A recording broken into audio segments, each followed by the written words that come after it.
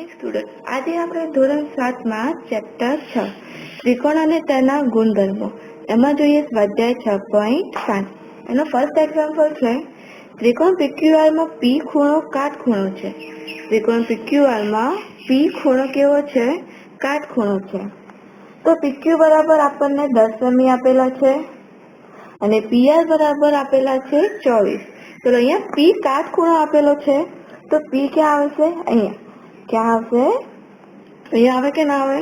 ચલો અહીંયા P લખ્યા તો આવશે અહીંયા QR. PQR એમાં બે કિંમત આપેલી છે આપણને. PQ બરાબર 10 સેમી. આ PQ આપેલું છે એ 10 સેમી છે અને PR બરાબર 24. PR કેટલા છે? 24. અને કીધું છે કે QR શોધો. એ QR એક આ શું છે? કર્ણ છે. તો આપણે કર્ણનું માપ શોધવાનું છે. ચલો આપણે પહેલા તો લખીએ ત્રિકોણ PQR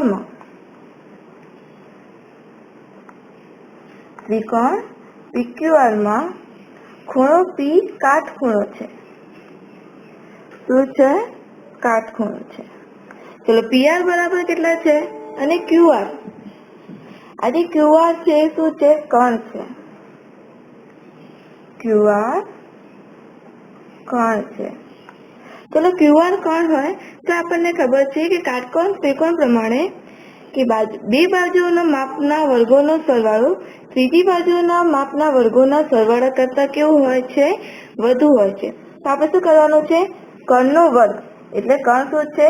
QR.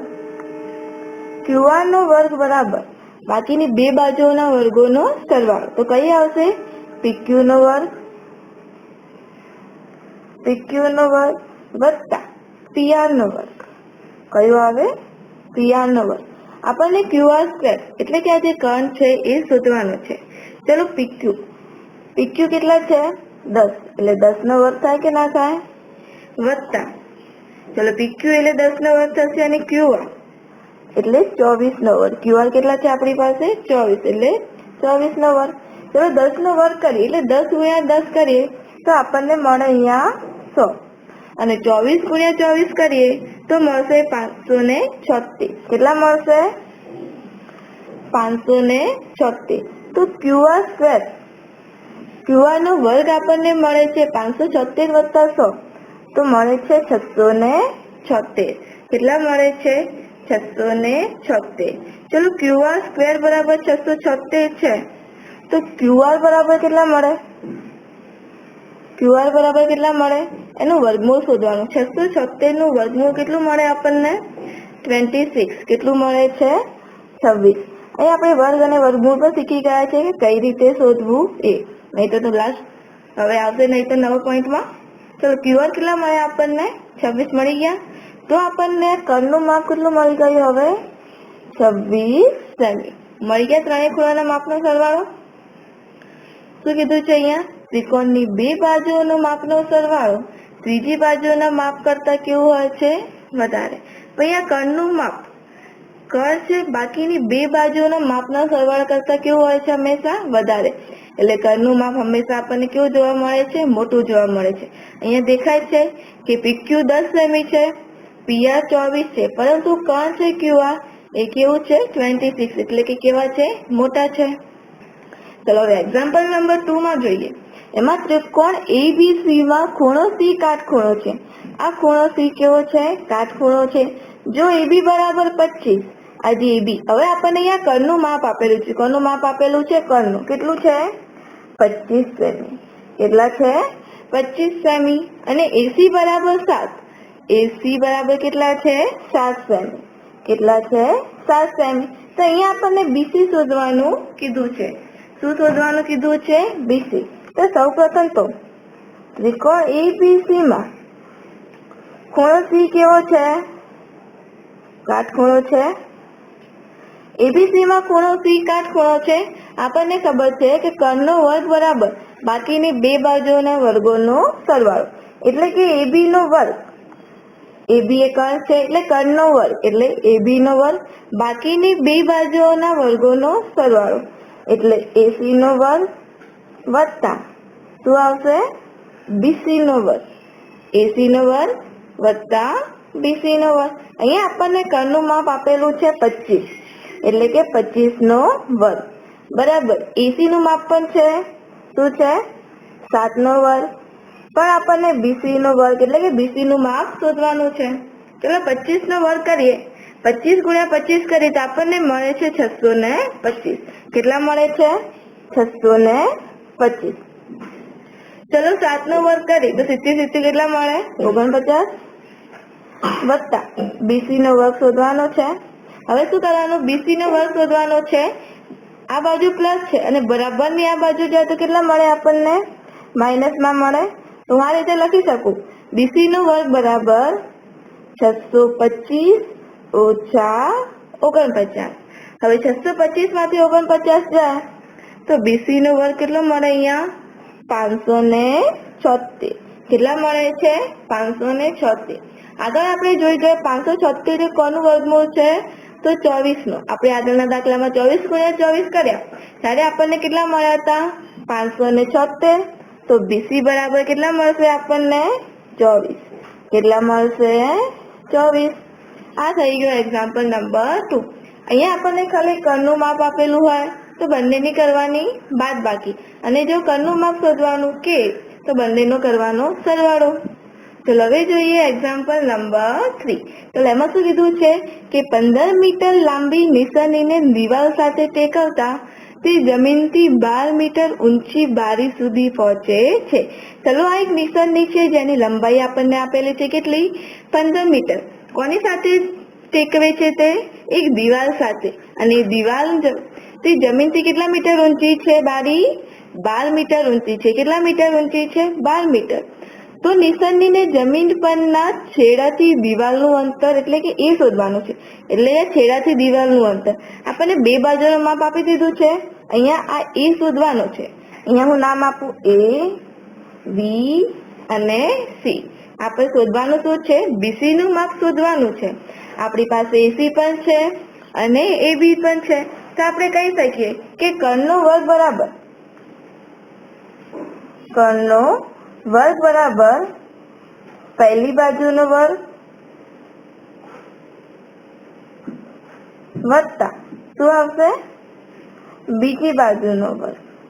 આવે કે ના આવે? આપણી પાસે કર્ણ પણ છે અને એની એક બાજુ પણ આપેલી છે.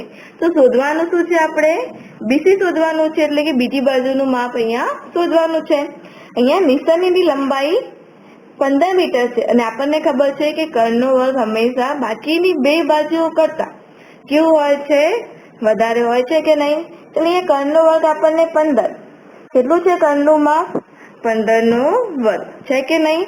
ને એક પહેલી બાજુ આપેલી છે 12 મીટર એટલે 12 નો વર્ગ વત્તા બીજી બાજુ શું છે આપણે શોધવાની છે.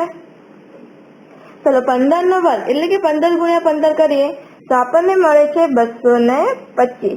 કેવું મળે 225.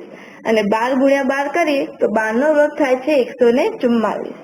કેટલો થાય છે 144. ચલો બીજી બાજુનો વર્ગ. ચલો હવે આપણે બીજી બાજુનો વર્ગ શોધવાનો છે. તો બીજી બાજુ વર્ગ બરાબર શું કરવાની બંનેની બાદબાકી. તો 225 માઇનસ 144. ચલો 225 માઇનસ 144 કરીએ તો બીજી બાજુનો વર્ગ એટલે એ થાય કે ના થાય. ચલો એનો વર્ગ મળ્યો આપણને 81.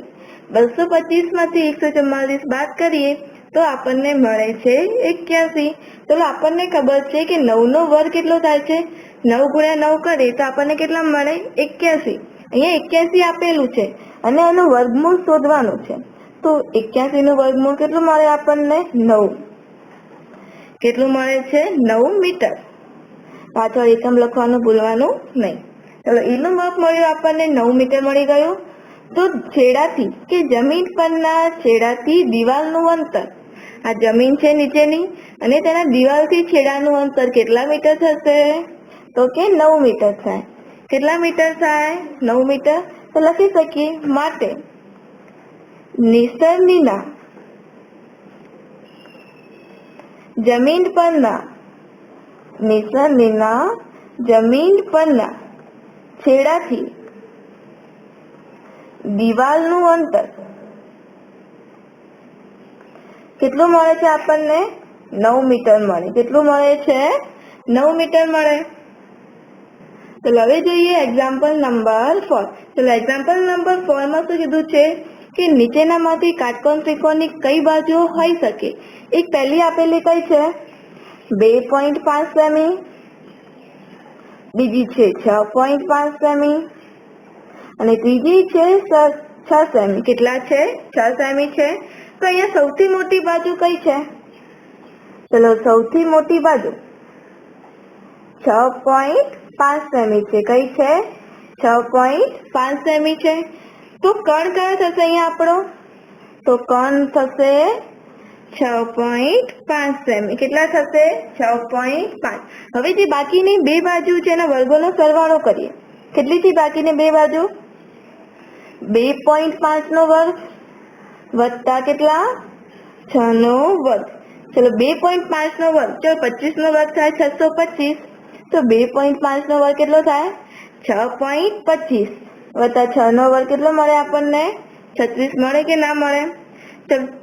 6.25 વત્તા 36 કેટલા થશે? 42.25. કેટલા થાય? 42.25 અને 42.25 એટલે કે એનું વર્ગમૂળ કેટલું મળે આપણને? 6.5. કેટલું મળે છે? 6.5. તો આપણે આકૃતિ પરથી કહી શકીએ, આપણે આજે શોધો છો એની દરેકની બાજુની લંબાઈનું માપ, તો એના પરથી કહી શકીએ કે આપેલી બાજુમાં કોઈ એક કાટકોણ ત્રિકોણ બાજુ હોઈ શકે. હોઈ શકે કે ના હોઈ શકે? તો સૌથી મોટી બાજુ કઈ છે આપણી? 6.5. એ કર્ણ છે. તો 2.5 અને 6 સેમી તેને ખૂણો વચ્ચેનો ખૂણો છે એ કાટકોણ બની શકે. એટલે પહેલી એ કાટકોણ હોઈ શકે. ચાલો હવે બીજું જોઈએ. એમાં 2 સેમી છે, 2 સેમી છે અને 2 સેમી છે. તો સૌથી મોટું માપ કયું છે?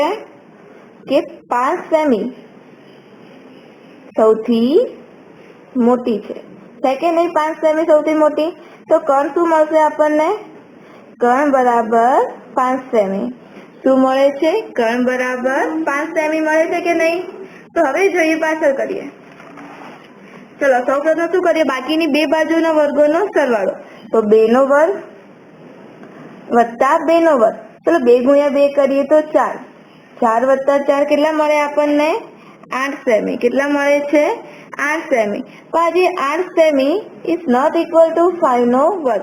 એટલે કે શું? આપેલી બે બાજુ કોઈ કાટકોણ ત્રિકોણની બાજુઓ ન હોઈ શકે. ન હોઈ શકે. કેમ ન હોઈ શકે? અહીં સૌથી મોટી બાજુનું માપ છે અહીંયા 5 નો વર્ગ એટલે 25. હંમેશા બાકીની બે બાજુઓનો માપનો સરવાળો જે કર્ણ હોય છે કે કર્ણ એ સૌથી મોટા હોય છે. પણ અહીંયા કર્ણનો વર્ગ 5 છે કે નહીં? જ્યારે અહીંયા 8 છે. કર્ણનું માપ હંમેશા મોટું હોય છે, પણ આની અંદર કર્ણનું માપ કેવું છે? નાનું છે. માટે આપેલ ત્રિકોણ એ કાટકોણ શક્ય નથી. ચલો હવે જોઈએ એક્ઝામ્પલ નંબર 5. ચલો હવે જોઈએ એક્ઝામ્પલ નંબર 5. તો કીધું છે કે એક ઝાડ જમીનથી 5 મીટર ઊંચાઈએથી તૂટી પડે છે. 5 મીટર ઊંચાઈ છે જમીનથી, એ ત્યાંથી શું પડે છે?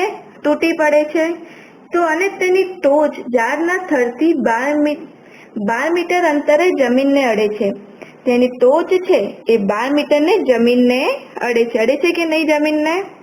તો આપણને તેની મૂળ ઊંચાઈ શોધવાની કીધી છે. ચલો મૂળ ઊંચાઈ શોધવાની કીધી છે તો શું કરીશું? અહીંયા આપણને બે બાજુનું માપ આપેલું છે કે નહીં? ચલ AB બરાબર કેટલા આપેલા છે?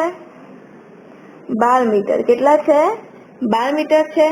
અને BC બરાબર, ચલો BC બરાબર કેટલા છે? 5 મીટર છે. કેટલા છે? 5 મીટર છે. તો સૌપ્રથમ આપણને કર્ણનું માપ એટલે કે AC શોધવાનું છે. શોધવાનું છે કે નહીં AC? તો AC નો વર્ગ બરાબર AB નો વર્ગ વત્તા BC નો વર્ગ. AB નો વર્ગ એટલે કે 12 નો વર્ગ વત્તા 5 નો વર્ગ. ચલો 12 નો વર્ગ કેટલો થાય છે? 144 પ્લસ 5 નો વર્ગ કેટલો થશે? 25. ચલો 144 વત્તા 25 કરીએ તો મળે આપણને 169. તો AC સ્ક્વેર બરાબર મળ્યા 169.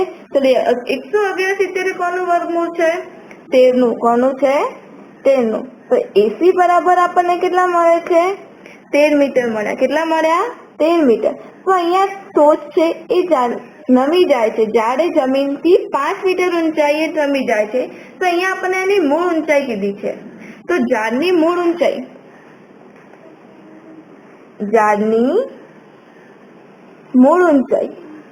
ચલો મૂળ ઊંચાઈ કેટલી મળે આપણને BC વત્તા AC કરીએ ચલો BC વત્તા AC ક્યાં છે BC વત્તા AC આ બેનો જો સરવાળો કરીએ ને આપણને તો એની મૂળ ઊંચાઈ મળે શું મળે છે એની મૂળ ઊંચાઈ ચલો BC બરાબર અહીંયા આપણને કેટલા આપેલા છે 5 મીટર કેટલા છે 5 મીટર અને હાલ આપણે AC શોધ્યું એ કેટલું છે 13 મીટર તો 13 વત્તા 5 કરીએ તો કેટલા મળે છે 18 મીટર કેટલા મળે 18 મીટર તો ઝાડની મૂળ